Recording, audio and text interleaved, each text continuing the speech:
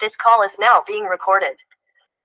Good evening everyone. तो जैसा कि आप सभी को पता है, हम यहाँ पे ले रहे हैं ऑनलाइन क्लासेस। किस क्लास के लिए? तो वो है 10th क्लास के लिए। किस सब्जेक्ट की? तो वो है मैथ की, जिसमें हमने आपका 5th चैप्टर पढ़ना स्टार्ट कर दिया है। इसमें हम कुछ क्वेश्चंस कर रहे थे, ठीक है। हम यहाँ पे पढ़ रहे थे एपी के बारे में, जिसे हम कहते हैं समांतर श्रेणी, और इसको हम पढ़ रहे थे एपी के nवें पद के बारे में। किसके बारे में? तो nवां पद,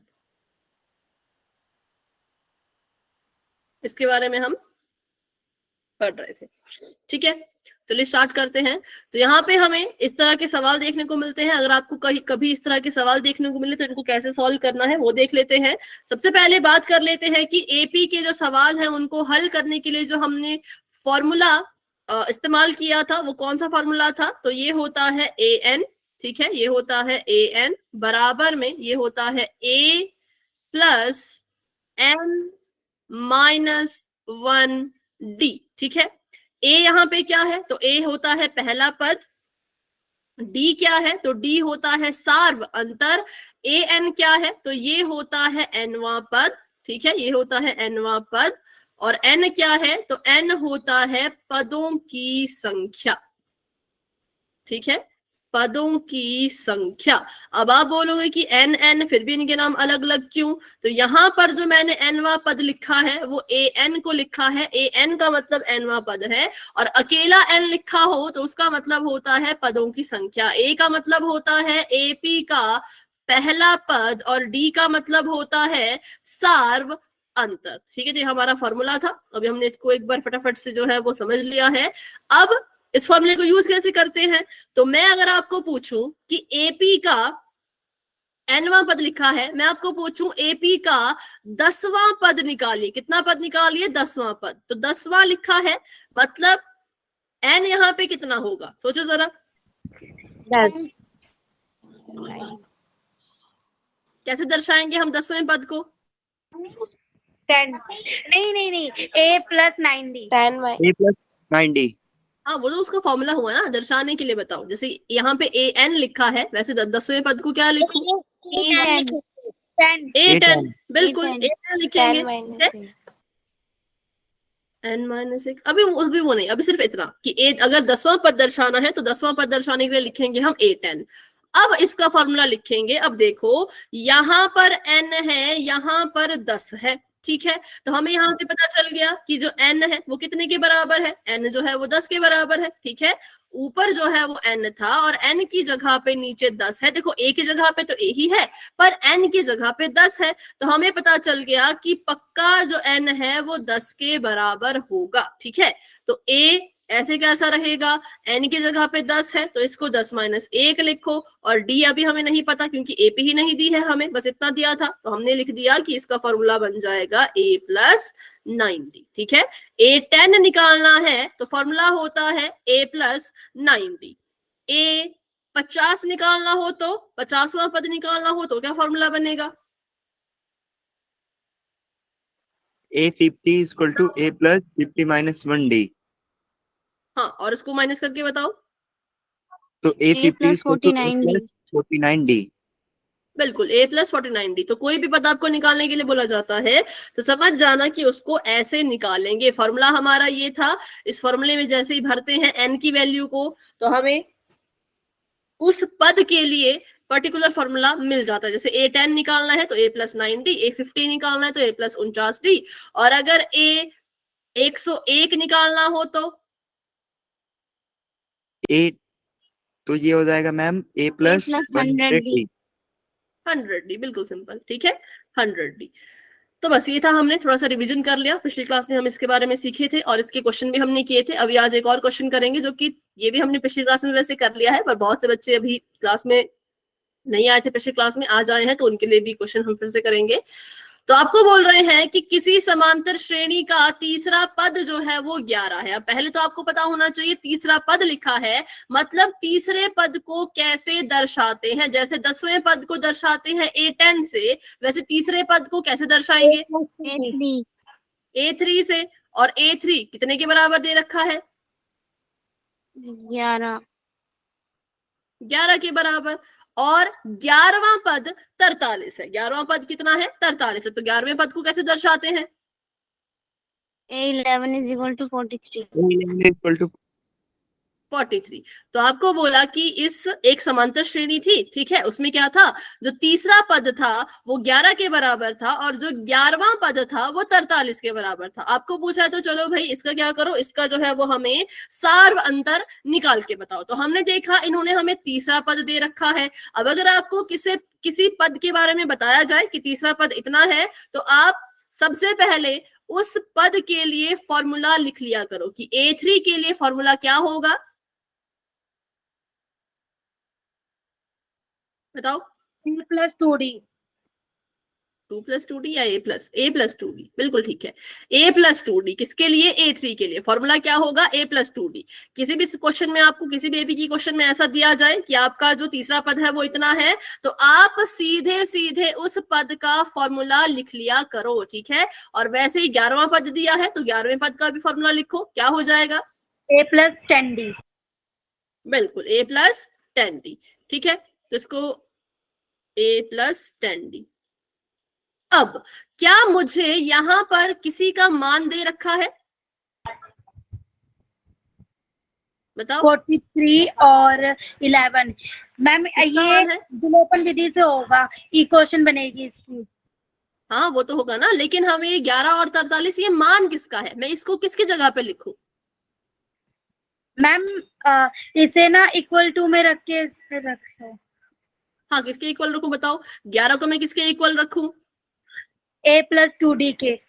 बिल्कुल, मैं 11 को A + 2D के बराबर रखूंगी। क्यों? क्योंकि मुझे कह रहे हैं A3 11 के बराबर है, मतलब मैं A3 को यहां से हटा के इसकी जगह पे 11 लिख सकती हूँ। तो मैंने लिख दिया 11 बराबर है A + 2D। अब आप बोलोगे तो उल्टी सी इक्वेशन बन गई, उल्टा समीकरण बन गया। तो आप इसको सीधा भी कर सकते हो। सीधा करने के लिए क्या करेंगे, जो इस तरफ लिखा है उसको यहां ले आओ, जो इस तरफ लिखा है उसको वहां ले जाओ, ठीक है। ऐसा भी कर सकते हो। अगर आपको उल्टा समीकरण हल नहीं करना, आपको इसको हल करने में दिक्कत आती है, तो आप क्या कर सकते हो, आप लिख सकते हो A + 2D बराबर में 11, ठीक है।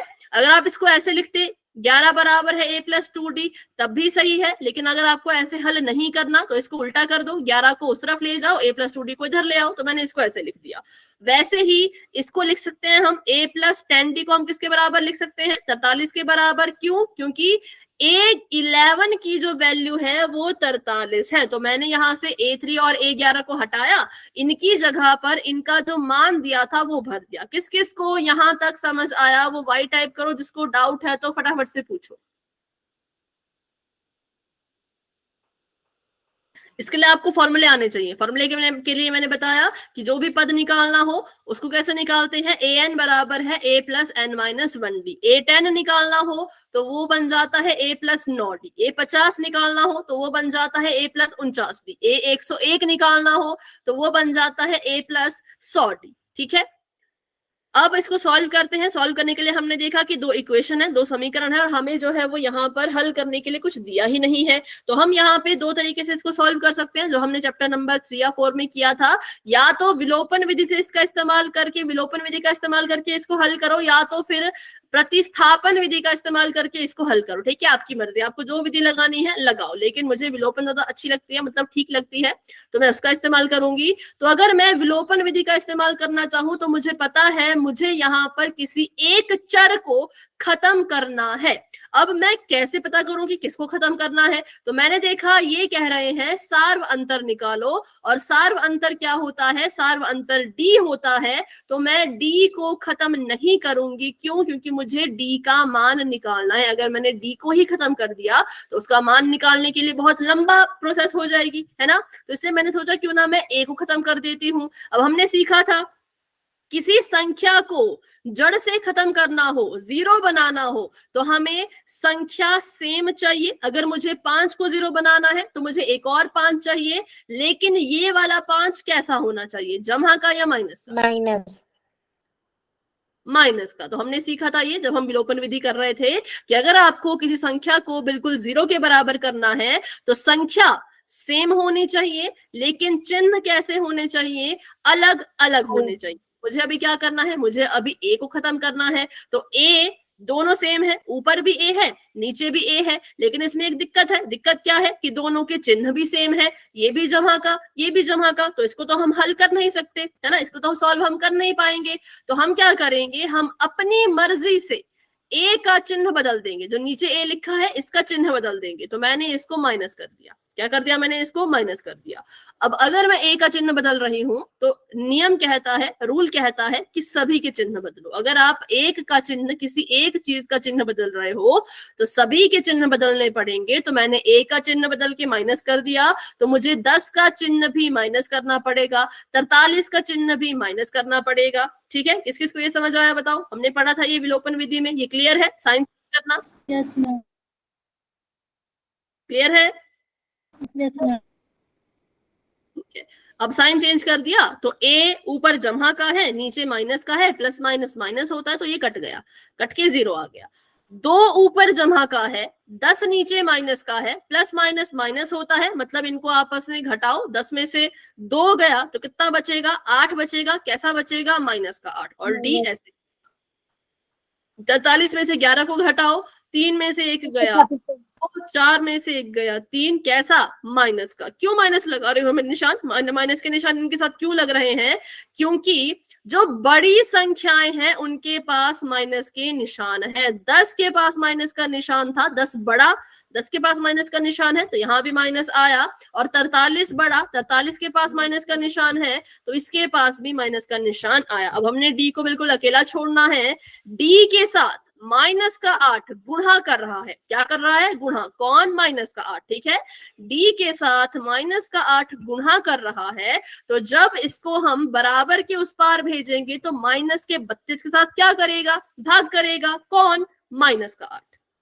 फिर से समझो, माइनस के 8 ने डी के साथ गुणा की, माइनस के 8 ने डी के साथ क्या की, गुणा की। तो जो चर के साथ हो रहा होता है उसका उल्टा करते हैं। माइनस का 8 डी को गुणा कर रहा था, वहां जाएगा तो भाग करेगा, माइनस से माइनस कट गया, 8 एकम 8, 8 चौके 32। तो हमारे पास आंसर आ गया कि डी जो है वो 4 के बराबर है। तो बस सिंपल ऐसे हमने इन सवालों को करना होता है। ये सवाल करने के लिए फॉर्मूला कौन सा याद रखना है, बस एक ही फॉर्मूला, ए एन बराबर है ए प्लस n माइनस 1 डी। तो हमें सार्वंतर निकालने को बोला था, वो हमने निकाल लिया। ठीक है, आगे बढ़ते हैं, एक और क्वेश्चन करते, ये आप मुझे करके बताओ। अगर किसी समांतर श्रेणी का तीसरा पद 16 है, तीसरा पद मतलब A3, अगर किसी समांतर श्रेणी का तीसरा पद 16 है और अगर किसी समांतर श्रेणी का 10वां पद मतलब A10 65 के बराबर है। ठीक है, तो इस समांतर श्रेणी का पहला पद भी निकालो, मतलब कि ए भी निकालो, और इस समांतर श्रेणी का सार्व अंतर यानी कि डी भी निकालो। ठीक है, ए होता है पहला पद, सार्व अंतर, तो ये कह रहे हैं निकालो। कैसे निकालेंगे, बिल्कुल जैसे आपने पीछे क्वेश्चन किया। ठीक है, इसको सॉल्व करो, सॉल्व करके जो भी आंसर आएगा मुझे बताना, चैट में लिख देना कि ए इतने के बराबर आ रहा है, डी इतने के बराबर आ रहा है। ठीक है, और सभी अपना अपना करेंगे, बिल्कुल ईमानदारी से करेंगे, क्योंकि ये क्वेश्चन आपको एग्जाम में आते हैं। सही करो गलत करो बस करो। ठीक है,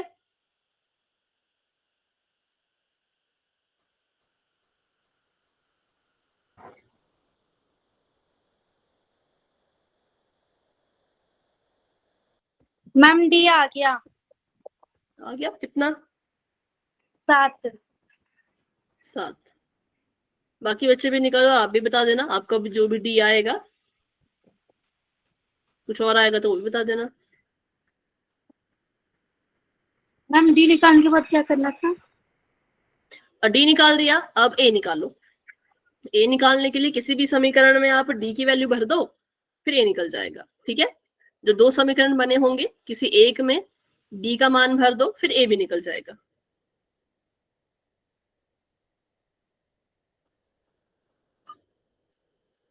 डी 7, सभी का डी 7 आ रहा है क्या, हाँ लिखते जाओ, अपने चैट बॉक्स में लिखते जाओ। अगर आ रहा है तो ही लिखना है, कुछ और आएगा तो बता देना।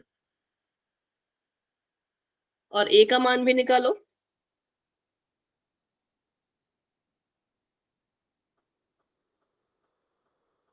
मैम आ गया, ए का आया मान 8/7। 8/7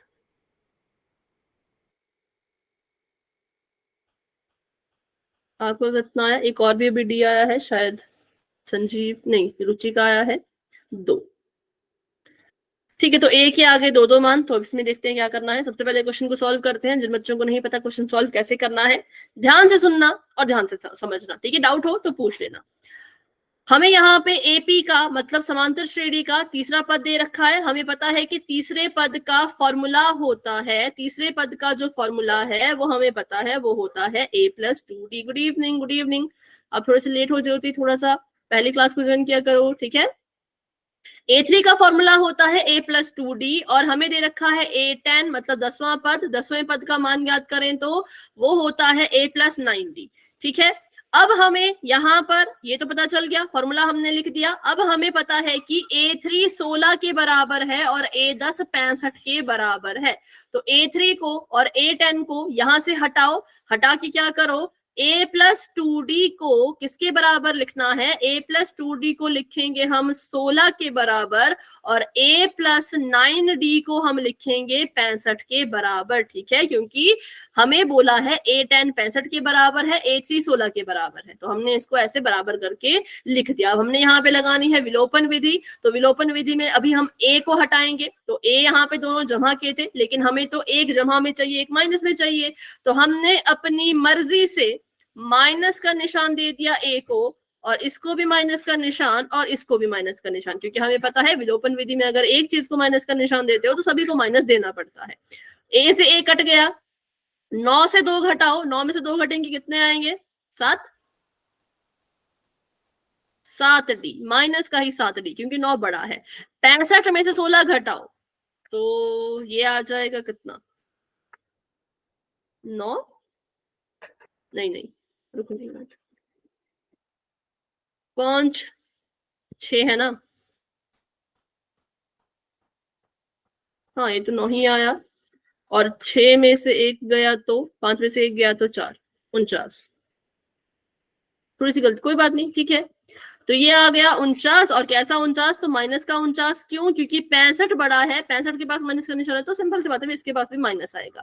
अब d को अकेला छोड़ते हैं और d के साथ माइनस का साथ गुणा कर रहा है, तो 49 के साथ जाके ये माइनस का साथ भाग करेगा, माइनस से माइनस कट गया और d हमारे पास आ गया 7, क्योंकि 7 ही कम 7 होता है, 7 7 49 होता है। तो d हमारे पास कितना आ चुका है, 7 आ चुका है। अब हमने d की वैल्यू तो निकाल ली, अब हमको a की वैल्यू निकालनी है। a की वैल्यू निकालने के लिए इसमें से कोई भी समीकरण उठाओ। मैंने समीकरण उठाया a+2d, ठीक है। a+2d मैंने उठाया, कितने के बराबर है ये, तो ये 16 के बराबर है, दे रखा है। a+2d कितने के बराबर है, 16 के बराबर है, दे रखा है। यहाँ पे अब d को हटाओ, d की जगह पे उसका मान लिखो, तो d की जगह पे मैंने लिख दिया 7 बराबर में 16। a ऐसे का ऐसा, जमा का निशान, 7 दूनी 14 बराबर में 16। अब 14 जो है वो a के साथ क्या कर रहा है, a के साथ जमा कर रहा है, बराबर के उस पार जाएगा, तो a के साथ 16 के साथ जाकर के माइनस करेगा, तो ये आ गया 16 - 14, और यहां से a की वैल्यू निकालें तो a कितना आ गया, 2। बिल्कुल ठीक है, जिसका भी a 2 और d 7 आया, बिल्कुल करेक्ट आपका आंसर है, ठीक है। तो a मतलब पहला पद इस AP का 2 है और सार्व अंतर जो है वो 7 है। करेक्ट है, सभी को समझ आ गया? कोई डाउट है तो पूछो। ये हमारा सवाल था पूरा का पूरा, ये हमने सॉल्व कर लिया है। a3 दे रखा था, a10 दे रखा था, ठीक है। हमने उससे जो है वो फॉर्मूला निकाला, पहले तो इन दोनों का फॉर्मूला लिखा, फॉर्मूला लिखने के बाद समीकरण बन गए, समीकरण बनने के बाद विलोपन विधि लगा दी, विलोपन विधि से d का मान आ गया, d के मान को पहले समीकरण में डाल दिया और वहां से a का मान निकाल लिया, ठीक है। क्लियर है तो y लिखो ताकि हम अगला क्वेश्चन कर सके।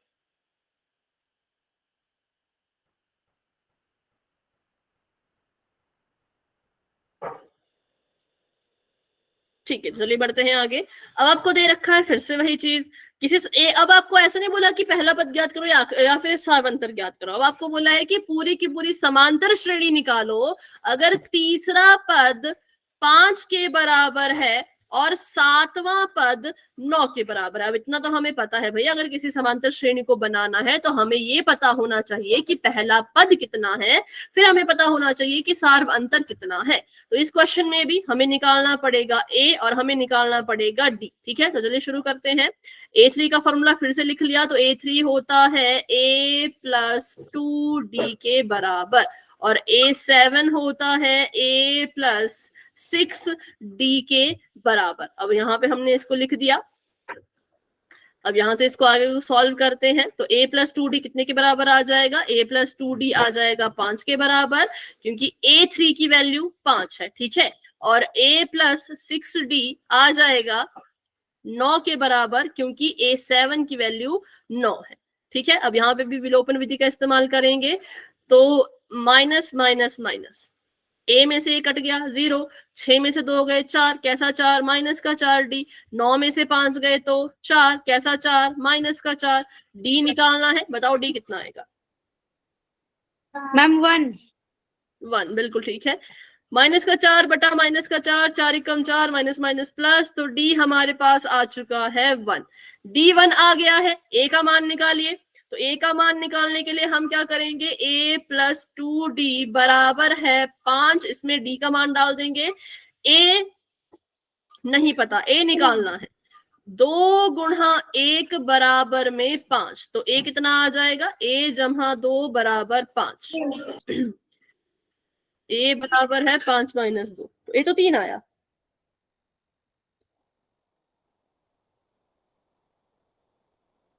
A कितना आया? 3। आपका कितना आया भाई, बताओ? मेरा भी 3 आया। रुको, आपके के साथ कैसे आया? मैम प्लस कर दिया होगा, प्लस सॉरी माइनस मैम, की मैंने मिस्टेक। प्लस कर दिया। अच्छा हाँ, कोई बात नहीं कोई बात नहीं। तो A हमारे पास आया 3। ठीक है, A हमारे पास आया 3 और D हमारे पास आया 1। अब हमने इनकी हेल्प से समांतर श्रेणी बनानी है। समांतर श्रेणी हमें पता है कैसे बनती है। एक तो ऐसे का ऐसा ही रहता है, इसको तो कुछ करने की जरूरत पड़ती नहीं, तो 3 रखेंगे। पहला पद निकाल दिया। दूसरा पद निकालने के लिए पहले पद में D को जोड़ो, 3 में 1 जोड़ा 4। तीसरा पद निकालने के लिए दूसरे पद में D जोड़ो, 5 6 7। ऐसे करते करते हमारी एपी जो है वो बन गई। ठीक है, इसमें किसी को कोई डाउट, किसी का कोई सवाल, किसी का कोई क्वेश्चन? क्योंकि 3 पहला पद था, D 1 था, 3 में 1 जोड़ा 4, 4 में 1 जोड़ा 5, 5 में 1 जोड़ा 6, 6 में 1 जोड़ा 7, 7 में 1 जोड़ेंगे तो 8। ऐसे एपी जो है वो बनती जाएगी। ठीक है, तो बताओ ऐसा इसमें से किसी एक तरह का सवाल पोल में करने के लिए तैयार हो? Yes ma'am. ठीक है, Yes, समझा ma'am. दूंगी मैं अच्छे से। डाउट अगर कोई होगा तो पूछ लेना। ठीक है, डाउट अगर बीच में होगा तो पूछ लेना, बाकी अपनी तरफ से क्वेश्चन में पूरा समझा दूंगी। तो क्वेश्चन आप सभी के सामने ये है, बिल्कुल ही सिंपल सा है। आपको बोल रहे हैं अगर किसी एपी का तीसरा पद, या मतलब कि A3 5 के बराबर है और एपी का 7वां पद मतलब A7 13 के बराबर है, तो आप इस एपी का सार्व अंतर निकाल के बताओ। सार्व अंतर का मतलब है D निकाल के बताओ।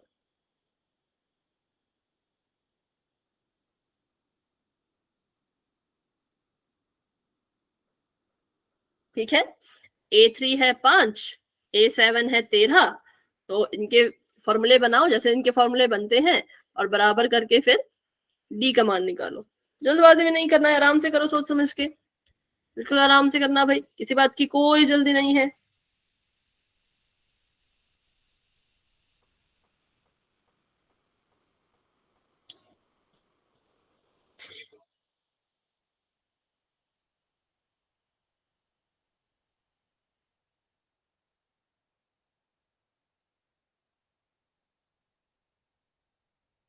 सभी कोशिश करो, सभी ट्राई करो।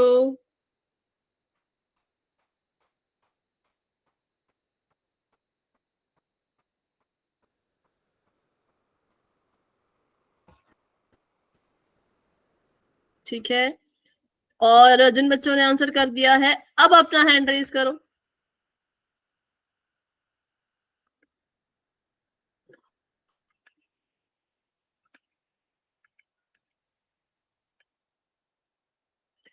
ठीक है, 9 बच्चे अपना आंसर दे चुके हैं, वेरी गुड। क्लास में हमारे पास पूरे 17 बच्चे हैं, 17 में से 9 बच्चों ने आंसर कर दिया है। बाकी बच्चे भी कोशिश करते रहो, कोई बात नहीं, सही आता है ठीक है, गलत आता है तो कुछ नहीं है, सीखेंगे कहाँ गलती हुई उसका पता लगाएंगे। ठीक है, चलो वेरी गुड वेरी गुड। और हैंड रेज करो, 13 बच्चों ने आंसर किया, लेकिन हैंड रेज सिर्फ 4-5 ही बच्चों के हैं। तो अभी आंसर दे चुके हैं संजीव, चारू, सोनिया, रूपा, प्रिंस सिंह जी के नाम से जो है, कनिष्का, प्रीति, निकिता, सोनिया, ज्योति, रिया। और बाकी बच्चे ट्राई करो, किसी चीज की कोई जल्दी नहीं है, आराम से करो, सोच समझ के करो। ठीक है, और हो जाएगा तो हैंड रेज कर लेना। पर 12 बच्चों के हैंड रेज है, अभी भी एक बच्चे ने हैंड रेज नहीं किया है। आंसर तो दे दिया है पोल में, पर हैंड रेज नहीं किया है।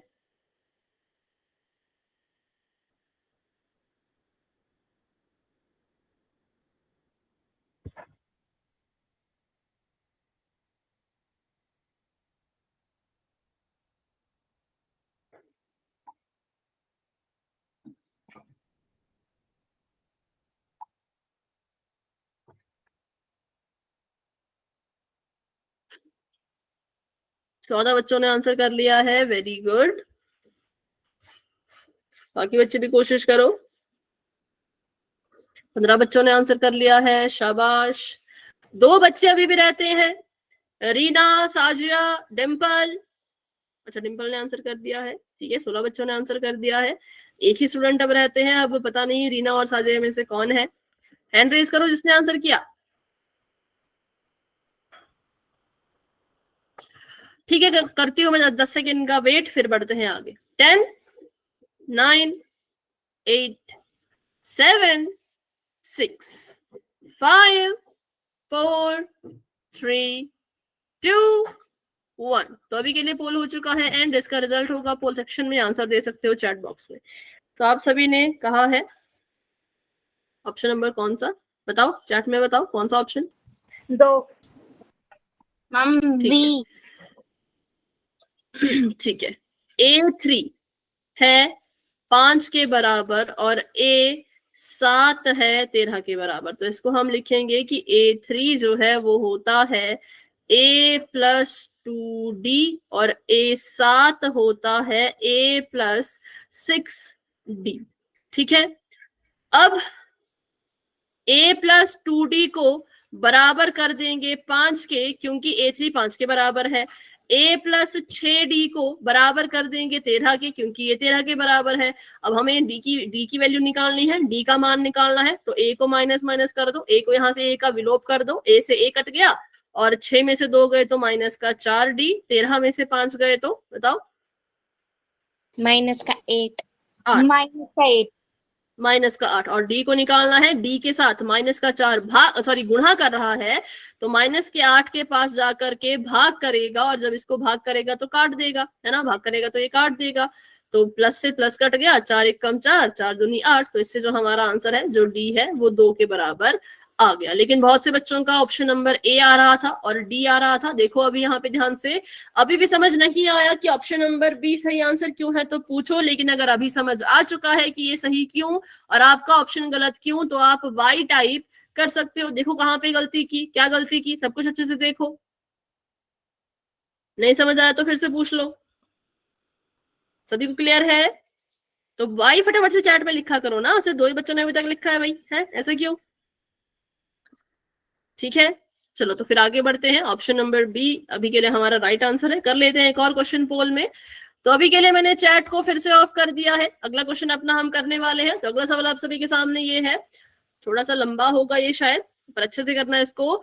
एपी का जो 11वां पद है A11 वो 38 के बराबर है, 38 के बराबर है, और एपी का जो 16वां पद है वो 73 के मतलब 73 के बराबर है। आपको बोला है इसमें आपने क्या निकालना है, तो पहला पद निकालना है। पहला पद मतलब के ए निकालना है।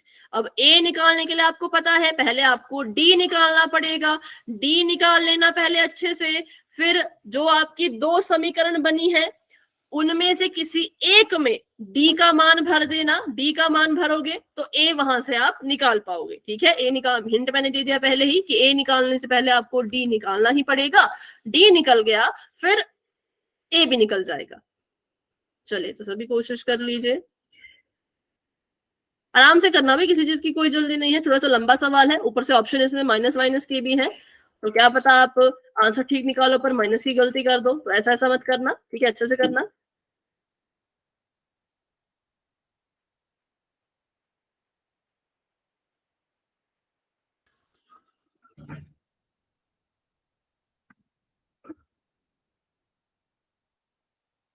बिल्कुल आराम से सोच समझ के।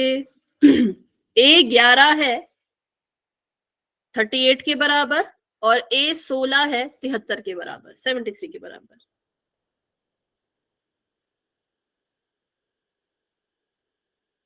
मैम इसमें माइनस आ रहा है तो क्या माइनस पे क्लिक कर सकते हैं? और संख्या भी देखो ना कौन सी वाली आ रही है, क्योंकि दो है माइनस वाले।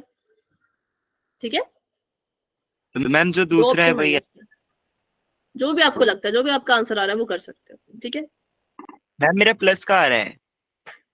नहीं तब नहीं कर सकते, यस माइनस का मैम। ला के देखो, कुछ गड़बड़ करी होगी क्या पता। नो मैम, साइन भी मैम देखो। सही आ रहा है। मैम साइन भी देख लिया, सही आ रहा है। तो रुको एक मिनट, मैं भी जब इसको देखती हूँ सॉल्व करके। अभी पेन पेंसिल नहीं है कुछ। ठीक है, एक मिनट अभी के लिए रुक जाओ, तो इसको मत करना, मैं देख लेती हूँ अभी इसको सॉल्व करके, फिर ऑप्शन में थोड़ी सी चेंज कर देंगे। नो मैम ठीक है आंसर। मैम ठीक है। ठीक है, दिख रहा है आपको ऑप्शन में? Yes ma'am. ठीक है, तो फिर कर लो।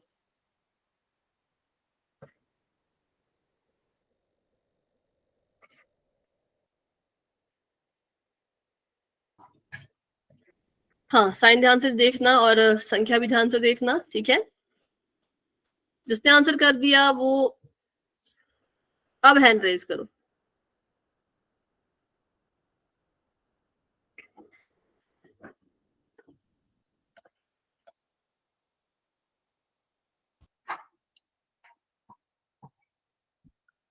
ठीक है, 9 बच्चों के आंसर आ चुके हैं, वेरी गुड। बाकी बच्चे भी कोशिश कीजिए, ट्राई कीजिए। तुक्का मत लगाओ, सॉल्व करो खुद से। तुक्का लगा के क्या होगा? मैं कह रही हूँ हाफ ईयरली का ही सोच के चलो भाई, हाफ ईयरली एग्जाम आपके आ जाएंगे 1-1.5 महीने में, फिर आपके पास टाइम नहीं होगा कुछ भी समझने का। तो इसलिए अभी जो समझते जा रहे हैं, इतनी स्लो स्पीड में समझ रहे हैं हम, एक एक क्वेश्चन को इतना डीप डीप जाके समझ रहे हैं, तो अच्छे से समझो। नहीं समझ आता दोबारा पूछो, लेकिन अच्छे से तैयारी करो। गलत गलत करोगे तो कोई फायदा नहीं है। सोचो कि कल ही आपका सेट एग्जाम है, कल आपको ये क्वेश्चन आने ही वाला है, उस तरह से पढ़ा करो। ठीक है, तुक्के मत लगाओ, खुद से क्वेश्चन सॉल्व करो।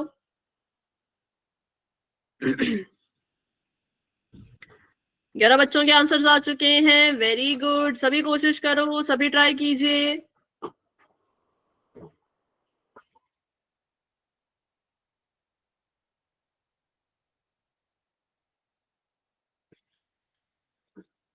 क्लास में हमारे पास 16 बच्चे हैं। हैंड रेज करो फटाफट से जिसने आंसर कर दिया है। तो अभी आंसर कर दिया है संजीव, चारू, सोनिया, रूपा, रुचि, डिम्पल, रिया, आरती या रानी। रानी है शायद आपका नाम, रिंकू देवी जी के नाम से रानी है या आरती है? निकिता, रुचि, प्रिंस सिंह जी के नाम से जो है, इन सभी ने आंसर कर दिया है। बाकी बच्चे भी करो, आराम से करो, सोच समझ के, किसी चीज की कोई जल्दी नहीं है, पर करो। ठीक है, टाइम मिल जाएगा, बट एंड में आंसर आना चाहिए, तभी टाइम मिलेगा। 12 बच्चों ने अपने आंसर दे दिए हैं, और 4 बच्चे अभी भी रहते हैं जो कि सॉल्व कर रहे हैं। कर रहे हो सॉल्व या नहीं, बताओ जरा, कौन कौन सॉल्व कर रहा है अभी? Yes ma'am. Yes ma'am. Okay, Priyanka है। प्रियंका के अलावा और कौन है जो सॉल्व कर रहे हैं? प्रीति, रीना, अच्छा आप भी कर रहे हो। रीना, कनिष्का, ज्योति, सोनिया, आप सॉल्व कर रहे हैं बच्चों? अच्छा, आंसर No, दे दिया है आपने। नहीं, एक सौरभ कुमार जी के नाम से भी सोनिया है, उनको मैंने पूछा। ठीक है,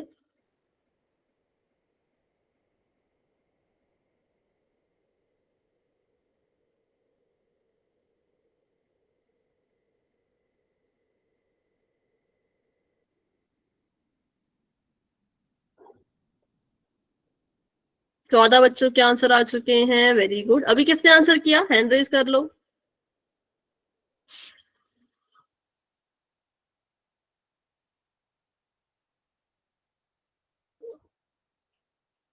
सवाल थोड़ा सा लंबा है, इसलिए थोड़ा समय लगेगा। ठीक है, तो प्रियंका ने भी आंसर कर दिया है।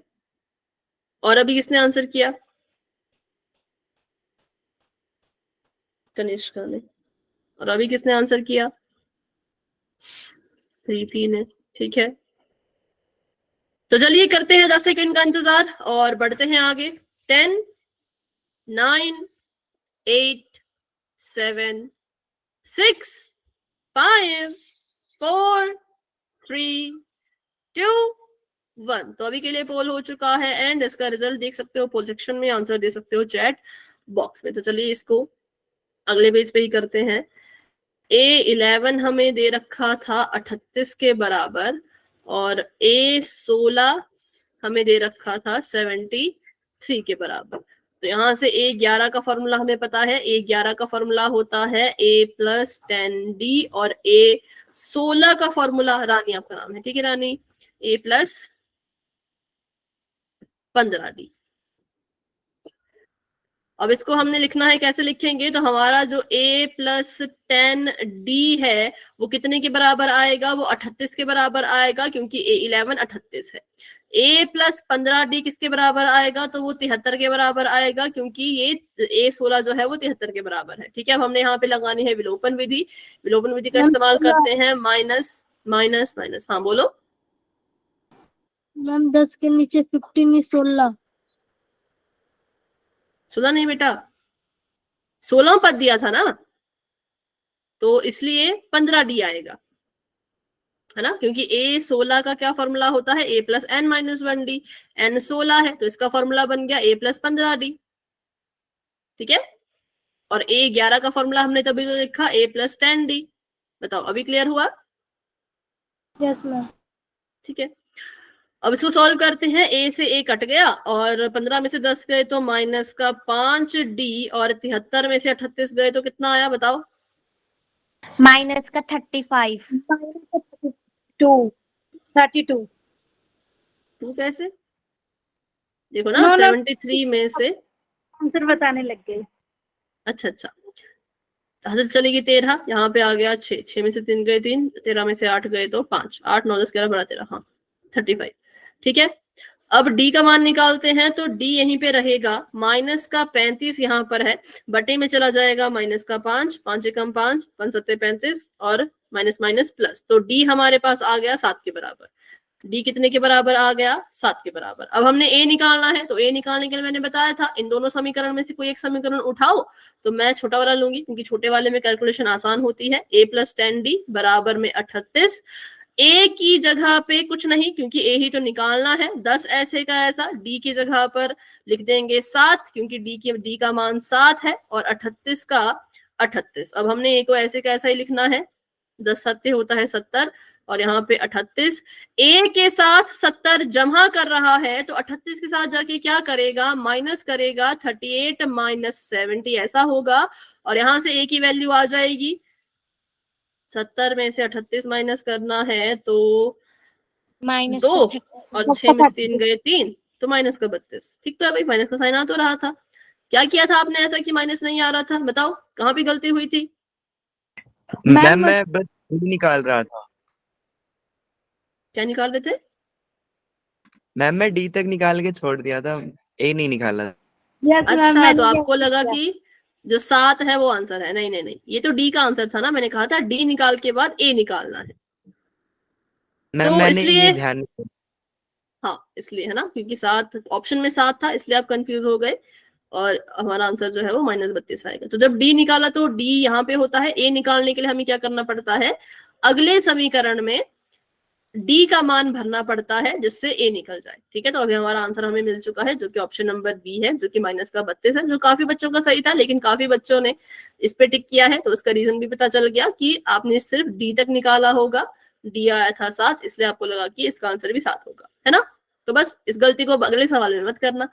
पर अगला अभी कोई सवाल है ही नहीं, तो अभी के लिए आगे बढ़ते हैं और देखते हैं कि अगला क्या सवाल है।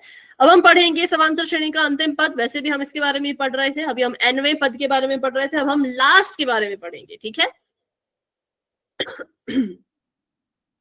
मानो कोई समांतर श्रेणी जिसमें पदों की संख्या n है, तब उस समांतर श्रेणी का अंतिम पद क्या होता है। तो यहाँ पे n आएगा, ये m गलती से लिखा, तो ये होता है। ठीक है, अगर किसी समांतर श्रेणी में n ही पद है, n होता है पदों की संख्या, पदों की संख्या अगर n के बराबर है तो उसका अंतिम पद कैसे निकालेंगे, तो उसके लिए फॉर्मूला यही आता है। मतलब ये फॉर्मूला आपको एपी में हर जगह काम आएगा। कोई भी सवाल करना है इस फॉर्मूले से ही आपका काम होगा, जब तक कि आपको एपी का योग ना पूछा जाए। जब तक आपको पदों की संख्या पूछ रहे हैं, ए पूछ रहे हैं, डी पूछ रहे हैं, ये सब पूछ रहे हैं, तब तक आपको यही फॉर्मूला काम आएगा। तो चलिए देखते हैं। अब ए है समांतर श्रेणी का पहला पद, डी है इसका सार्व अंतर, और ए एन है इसका अंतिम पद। ठीक है, चलो समांतर श्रेणी के अंतिम पद को हम एल भी कहते हैं और ए एन भी कहते हैं। इसको नोट कर लो, ये बहुत इंपॉर्टेंट चीज है कि समांतर श्रेणी का जो अंतिम पद होता है, अंतिम पद को दर्शाने के लिए आप क्या कर सकते हो, आप उसकी जगह पर ए एन भी लिख सकते हो। ठीक है, ए एन भी लिख सकते हो, और आप उसकी जगह पर एल भी लिख सकते हो। कुछ भी आपको लिखा जाए, आपको लिखा जाए कि एपी में एल जो है वो 5 के बराबर है, तो समझ जाना ये बात कर रहे हैं कि ए एन जो है वो 5 के बराबर है। ठीक है, एल भी लिख सकते हैं और ए एन भी लिख सकते हैं। किसको, अंतिम पद को। अंतिम पद मतलब आखिरी पद। क्लियर है सभी को इतना। चलो आगे बढ़ते हैं। तो अब आपको यहाँ पे सवाल पूछा है कि निम्न समांतर श्रेणी में पदों की संख्या बताइए। पहले तो मुझे ये बताओ, इस समांतर श्रेणी में आपको क्या क्या चीजें दे रखी हैं। ठीक है, क्या क्या चीजें आपको दे रखी है, पहले तो उसकी बात कर लेते हैं।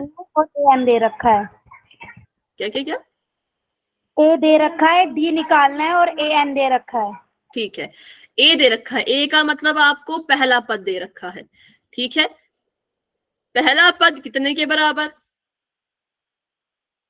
7 के। बोलो, 7 के। और आखिरी पद भी दे रखा है, अंतिम पद भी दे रखा है। अंतिम पद को कैसे दर्शाते हैं, अभी अभी हमने पीछे पढ़ा, ए एन एल और एल, ए एन या एल। ठीक है, क्योंकि हमारे फॉर्मूले में हम ज्यादातर ए एन को यूज करते हैं, तो मैंने इसको ए एन ही लिखा। ए एन कितना है, 205। 205, बिल्कुल, क्योंकि 7 पर ये शुरू हुई और 205 पर ये समांतर श्रेणी खत्म हुई, तो हमें पता लग गया कि पहला पद 7 है और आखिरी पद है 205। अब डी निकालना है, तो चलो डी निकाल के बताओ, डी कितना है। 6। डी की जरूरत पड़ेगी ना, कितना, मैम निकल गया 6। 6, यस 7, मैम। 8, 9, 10, 11, 12, 13, हाँ ठीक है, डी है 6 के बराबर, क्योंकि 13 में से 7 गए तो भी 6 आएगा, 19 में से 13 गए तो भी 6 आएगा। ठीक है, तो डी यहाँ पे आ गया 6 के बराबर। तो अभी हमें 3 चीजें पता है, लेकिन हमें एक चीज नहीं पता, जो हमसे पूछा गया है पदों की संख्या। और पदों की संख्या को हम किससे दर्शाते हैं, पिछली क्लास में पढ़ा था, सॉरी पिछली क्लास में ही पढ़ा था। वैसे पदों की संख्या को कैसे दर्शाते हैं, एन से। ठीक है, ए एन होता है आखिरी पद और एन होता है पदों की संख्या कि इस एपी में कितने पद हैं। तो आपसे यहाँ पे पूछा गया है कि ये जो 7, 13, 19 वगैरह वगैरह बीच में संख्याएं आएंगी और जो 205 पे खत्म होंगी, ये टोटल कितनी है, 7, 13, 19 और इसके बाद 205। 7 से लेकर के 205 तक संख्याएं कितनी है जिनमें सार्व अंतर 6, 6, 6 का है। तो हमने कहा ठीक है, हमें पता है कि n होता है पदों की संख्या, तो मतलब हमें n निकालना है। निकालना कैसे, तो फिर से वही चीज, फिर से वही फॉर्मूला, ए एन बराबर है a plus n minus 1 d. A n का मान हमें ऑलरेडी दे रखा है, कितना दे रखा है, 205, तो मैंने इसको 205 लिख दिया। a का मान हमने निकाल लिया था 7 है, n का मान नहीं पता, वही तो निकालना है, तो इसको लिखेंगे हम ऐसे ही n-1, और d का मान भी हमें पता है कितना है, 6 है। ठीक है, तो इसको कोने में लिखते हैं क्योंकि थोड़ी सी लंबी इसकी कैलकुलेशन जाएगी। तो मैंने इसको यहाँ लिख दिया कि हमारा समीकरण बन गया an 205 है ना, और a था 7 और n तो पता ही नहीं है, n ही तो निकालना है, तो इसको n-1 ही लिखेंगे और d को लिख देंगे हम 6। चलो अब कैसे सॉल्व करें भाई, कैसे इसको हम हल कर सकते हैं? तो पहले तो मैंने देखा कि n-1 ब्रैकेट के अंदर है और ये 6 के साथ गुणा कर रहा है, तो मुझे बताओ जब मैं 6 को अंदर गुणा करूंगी तो क्या आएगा? 6n और 6। ठीक है, क्योंकि हमें पता है जो चीज ब्रैकेट के बाहर होती है वो ब्रैकेट के अंदर हर एक संख्या से गुणा करती है। जो 6 है वो n से भी गुणा करेगा और जो 6 है वो 1 से भी गुणा करेगा। जब 6 ने n से गुणा की तो ये बन गया 6n, और जब 6 ने 1 से माइनस की, माइनस के 1 से सॉरी गुणा की, माइनस के 1 से जब 6 ने गुणा की तो वो बन गया माइनस का ही 6। तो हमारे पास आ चुका है 205 कितने के बराबर? तो ये 7 जमा 6n-6 के बराबर। अब यहाँ पे 6n जो है इसको तो हम हल कर नहीं सकते, लेकिन हम 7 और 6 को तो हल कर सकते हैं। 7 जमा का है, 6 माइनस का है और जमा का 6n है। तो बताओ 7 में से 6 गए कितने आए? 1 जमा 6n बराबर है 205 के। अब 1 को हमने बराबर के इस तरफ लेके आना है, यहाँ पर 1 जो है वो 6n के साथ जमा कर रहा है, उस तरफ जाएगा तो 205 के साथ क्या करेगा? माइनस। ठीक है, और कितना आएगा? ये आ गया 204 बराबर में 6n, और n को अकेला छोड़ो, n के साथ 6 जो है वो गुणा कर रहा है, तो इस तरफ क्या करेगा 204 के पास आके? भाग। तो करो इसकी भाग और आंसर बताओ कि n कितना आया? 34। 6 कम 6, 6 3 18, 19 20, 2 बच गया, इसके सिर पे चला गया, 6 चौके 24। ठीक है, बिल्कुल करेक्ट है 34। तो n हमारे पास आ गया 34 के बराबर। ठीक है, तो मैंने यहाँ पे लिख दिया कि हमारा जो ये पहला सवाल था इसमें जो n है वो कितना है? तो n यहाँ पर जो है वो 34 के बराबर है। मतलब इस पूरे के पूरे AB में कितने पद हैं? 34। और मुझे बताओ 34वां पद कौन है? an कौन है? तो वो 205। 205 बिल्कुल है ना, क्योंकि पदों की संख्या है 34 और मैं बोलूं 34वां पद कौन है, तो जो आखिर में लिखा होगा वही उसका 34वां पद होगा, 205। चलो तो अभी अगला क्वेश्चन करते हैं, थोड़ा माइनस वाला है तो थोड़ा इसमें शायद आप कंफ्यूज ज्यादा हो जाओ, तो इसको मैं खुद ही करा दूंगी। यहाँ पर बात करें तो a कितना है? तो a हमारे पास 5 है, d आप निकाल के बताओ, और an तो हमें दे ही रखा है माइनस का 31। d आप बताओ।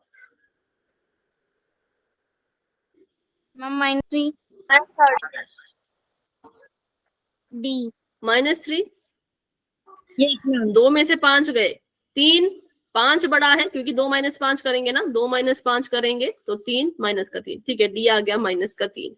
अब हमने निकालना है n हमने निकालना है, पदों की संख्या कितनी है वो हमने निकालना है, तो उसके लिए फॉर्मूला वही इस्तेमाल करेंगे कि an बराबर है a + n-1 d। ठीक है, तो an की जगह पे हमें दे रखा है माइनस का 31 लिख दिया, a की जगह पे है 5, जमा का निशान, n की जगह पे क्या है नहीं पता, माइनस का 1, और d की जगह पे है माइनस का 3, मतलब गुणा करना है माइनस के 3 से। तो बताओ मुझे गुणा करके क्या आएगा?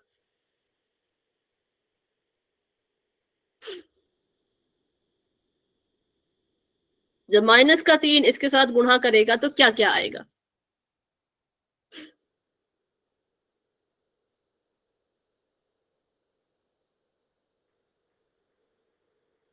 कंफ्यूज हो गई क्या? माइनस का 3 इससे गुणा करेगा तो क्या आएगा? -3 और प्लस का 1 -3n -3n, और माइनस का 3 माइनस के 1 से गुणा करे तो प्लस का 3 प्लस का 3। बिल्कुल, माइनस के 3 ने n से गुणा किया तो माइनस का 3n आया, और माइनस के 3 ने माइनस के 1 से मल्टीप्लाई किया तो 3 एकम 3, माइनस माइनस प्लस। ठीक है, तो माइनस के 31 को ऐसे का ऐसा ही रखते हैं, 5 को ऐसे का ऐसा ही रखते हैं।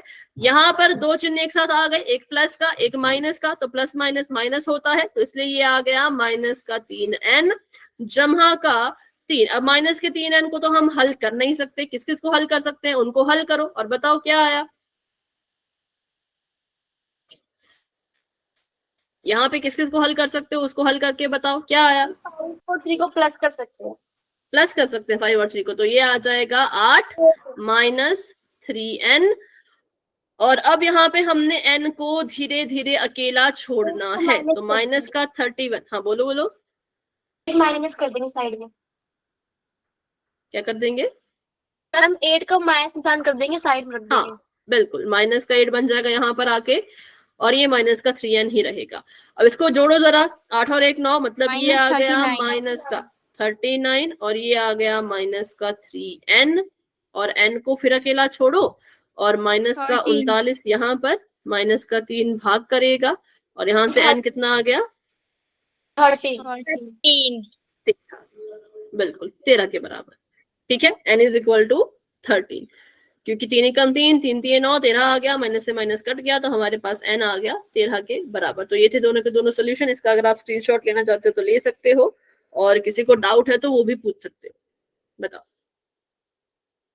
संजीव, n 11 नहीं आएगा? यस मैम, थोड़ा सा वो क्लियर हो गया। ठीक है, आपने क्या कर दिया था?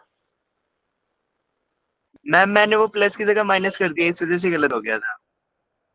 बस, अच्छा, तब भी देखो 31 में से 8 गए तो थोड़ा सा गड़बड़ होगा, बट अभी क्लियर है, बताओ। Yes ma'am. ठीक है, तो अभी आगे बढ़ते हैं और अब देखते हैं सबसे इंपॉर्टेंट क्वेश्चन। ये क्वेश्चन बहुत इंपॉर्टेंट रहता है, इसमें बच्चे को पता नहीं लगता कि भी करना क्या है, लेकिन आपको हमेशा याद रखना है, हमेशा याद रखना है कि इन सवालों में करना क्या है। आपको बोला है कि जांच करो कि 301 जो है वो क्या कभी इस एपी में आएगा। अब कैसे पता करें भाई आएगा कि नहीं आएगा? हम तो नहीं बता सकते आएगा कि नहीं आएगा, उसके लिए हमें एपी पूरी बनानी पड़ेगी, लेकिन इन्होंने कहा ऐसा कुछ करने की जरूरत नहीं है।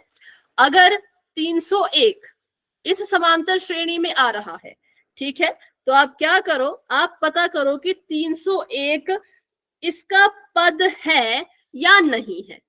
ठीक है, तो हम मान के चले कि चलो हमने माना कि ये जो 301 है ये इस एपी का कोई पद है, हम मान के चले, हमें नहीं पता कि इसका पद है कि नहीं, पर हमने लिखा कि an बराबर है 301। अच्छा, मैंने इसको an क्यों लिखा, पहले तो ये बताओ। 301 को मैंने an क्यों लिखा? आप तो बोला नहीं कि अंतिम पद है। क्या हो गया? अंतिम पद। बोला नहीं कि अंतिम पद है। अंतिम नहीं पूछा, सिर्फ इतना पूछा है पद सिर्फ, है n की हाँ, जगह लेकिन अंतिम हमें नहीं पद पूछा है नहीं ना। पता, इसलिए n की जगह कुछ नहीं लिखा। बिल्कुल करेक्ट भाई, क्योंकि हमें नहीं पता कि 301 अगर आ रहा है तो कब आ रहा है, किस वाले पद पे आ रहा है, हमें नहीं पता, तो इसलिए हमने n की जगह पे कुछ नहीं लिखा, क्योंकि हम नहीं बता सकते कि ये कहां जैसे आएगा। जैसे कि 5 है, जैसे कि 11, चलो 5 रहने दो, 17, जैसे कि 17 है, 17 को मैं लिख सकती हूँ A3। क्यों लिख सकती हूँ A3? क्योंकि मुझे पता है इस समांतर श्रेणी में तीसरे पद की जगह पर 17 लिखा है, मुझे पता है, मुझे दिख रहा है, तो मैंने बता दिया। वैसे ही 301 इस समांतर श्रेणी का पद है या नहीं, मुझे नहीं पता। अगर ये इसका पद है तो इसको मैंने an लिखा, क्योंकि मुझे अभी नहीं पता कि ये किस जगह पर आएगा, ये तीसरी जगह पे आएगा, चौथे पे आएगा, 5वें पे आएगा, 10 पे आएगा, मुझे नहीं पता। वही हम पता करेंगे, जो मुझे नहीं पता वही हम पता करेंगे। तो क्या चीज मुझे नहीं पता? n नहीं पता। n नहीं पता, मुझे इसका n नहीं पता, तभी तो मैंने इसको an लिखा। अगर मुझे पता होता कि 301 15वें पद की जगह पे आ रहा है तो मैं लिख देती A15। अगर मुझे पता होता 301 जो है वो 20वें पद की जगह पे आ रहा है तो मैं लिख देती इसको A20। पर मुझे पता ही नहीं कि ये कहां पर आ रहा है, वही तो मुझे चेक करना है कि ये कहां पे आएगा। ठीक है, इस AP का अगर ये है तो ये कहां पर आएगा, और आएगा भी कि नहीं उसका पता कैसे लगाएंगे, तो आपको धीरे धीरे समझ आ जाएगा। ठीक है, तो अभी के लिए सवाल का उत्तर निकालना हम समझ गए। इन्होंने पूछा कि बताओ 301 पद है कि नहीं, हमने कहा चेक करना पड़ेगा। कैसे चेक करेंगे, इसको एक पद मान लेंगे, कितनवां पद वो नहीं पता, तो वही हम निकालेंगे। ठीक है, तो n हमने इन सवालों में निकालना होता है। n निकालने का चलो फॉर्मूला लिख लो, an बराबर है a plus n minus 1d। Formula तो सेम ही है, फॉर्मूले में तो कोई दिक्कत ही नहीं है। an हमें दिया तो नहीं था पर हमने माना, खुद से माना हमने, तो 301 है हमारा an। a की जगह पे 5 है, 5 लिख दिया, n नहीं पता तो n माइनस 1 लिख दिया। d की जगह पे कितना है, 11 में से 5 गए तो 6 है। ठीक है, अब 301 को ऐसे का ऐसा ही लिखेंगे, 5 ऐसे का ऐसा, ये बन जाएगा 6n माइनस 6। 301 अभी भी ऐसे का ऐसा, 5 में से 6 गया तो -1 बचेगा, जमा का 6n। -1 क्यों बचा समझ आया सभी को, क्योंकि 6 बड़ा था ना, 6 के पास माइनस का निशान था तो माइनस का 1। अब 301 के पास जब माइनस का 1 जाएगा तो जमा कर देगा और 6n ऐसे का ऐसा रहेगा। 301 बन गया हमारे लिए 302। ठीक है, बराबर में 6n। अब n को बिल्कुल अकेला छोड़ो और बताओ क्या आएगा आंसर। 302 लिख दिया, यहाँ पे 6 लिख दिया, 6 से भाग होगा या नहीं पता नहीं, चेक करना पड़ेगा। 6 5 30 नहीं आएगा, 6 से नहीं जाएगा, किससे जाएगा, 2 से जाएगा। 2 से करते हैं, 2 एकम 2, 5 दूनी 10, 2 एकम 2, 2 3 6, 5 6 7। तो हमारे पास n कितना आ रहा है बताओ, n कितना आ रहा है, 4 में आ रहा है। अपॉन में आ रहा है। ठीक है, 151/3 आ रहा है। कभी आपने देखा किसी एपी में n ऐसा होता हो, हम बोल रहे हैं कि 11 जो है वो 3/2वें पद पर है, कभी देखा आपने ऐसा। मैम 52 आ रहा है। मैम अगर इसे काटेंगे तो 50.3 आ सकता है, 50.33। कैसे आएगा, 3 से कटेगा ये, यस मैम कट सकता है लेकिन पॉइंट में आएगा। बताओ कितना पॉइंट, 5 3 15 दशमलव लगाना पड़ेगा, 3 3 ऐसा है 5.9 सॉरी 5.3।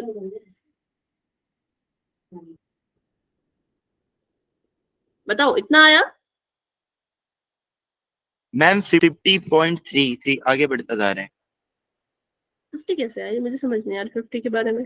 अच्छा 2 डिजिट लेने पड़े ना, हाँ 50.3। ठीक है, तो चलो पॉइंट में, एक इसको और सॉल्व किया तो पॉइंट में आया। लेकिन क्या कभी पदों की संख्या पॉइंट में आ सकती है। मैं कभी बोल सकती हूँ कि 11 जो है वो 1 दशमलव तीसरे पद पे है, क्या मैं बोल सकती हूँ 11 जो है वो 1/2 पद पे है। क्या n की वैल्यू कभी ऐसी आती है, नो मैम, नहीं आती है। तो हमारा जो n है वो दशमलव में आने लग गया, n की वैल्यू बिल्कुल सीधी आनी चाहिए। सीधी का मतलब 1 2 3 4, क्योंकि पदों की संख्या पॉजिटिव होगी ना, पहला पद, दूसरा पद, तीसरा पद, चौथा पद, 5वां पद, 100वां पद, 1000वां पद। ऐसा तो नहीं है कि हम बोले माइनस पहला पद माइनस दूसरा पद, ऐसा भी नहीं बोलते। तो n हमेशा प्राकृतिक संख्या आनी चाहिए, हमेशा इसमें नेचुरल नंबर आने चाहिए, तभी हम बोलेंगे कि ये इसका पद है। अब यहाँ पे ये कह रहे हैं ये कि 301 जो है इस एपी के 50.3 पद पे आएगा, ऐसा तो पॉसिबल ही नहीं है, संभव ही नहीं है। तो जब हमारे n की वैल्यू ऐसे आने लग जाए दशमलव में, बटे में या माइनस में या वर्गमूल में, तो हम कहते हैं कि n की वैल्यू सही नहीं है, इसलिए जो 301 है वो इस एपी का पद भी नहीं है। अगर यहाँ पे हमारा उत्तर 50 आता, सिर्फ 50 आता, तब हम कहते हैं हाँ ये इसका पद है। और कितनवें नंबर पे आया है, तो 50वें पद पे 301 आएगा। लेकिन यहाँ पे क्या हुआ, n की वैल्यू ही खराब आ गई, तो हम कहेंगे इसलिए ये इसका पद नहीं है। तो अभी के लिए क्लास को यहीं तक रखते हैं, बाकी इसी तरह के सवाल कल की क्लास में भी करेंगे, थोड़े से मतलब अगली क्लास में करेंगे, फिर इसके पोल के क्वेश्चन बचते हैं वो भी करेंगे। ठीक है, तो अभी किसी का डाउट है इस क्वेश्चन को लेकर के तो प्लीज क्लास में रुको, मुझसे पूछो। लेकिन अगर डाउट नहीं है तो आप क्लास को लेफ्ट कर सकते हो। तो अभी के लिए good night and bye bye, मिलते हैं अपने अगली क्लास में।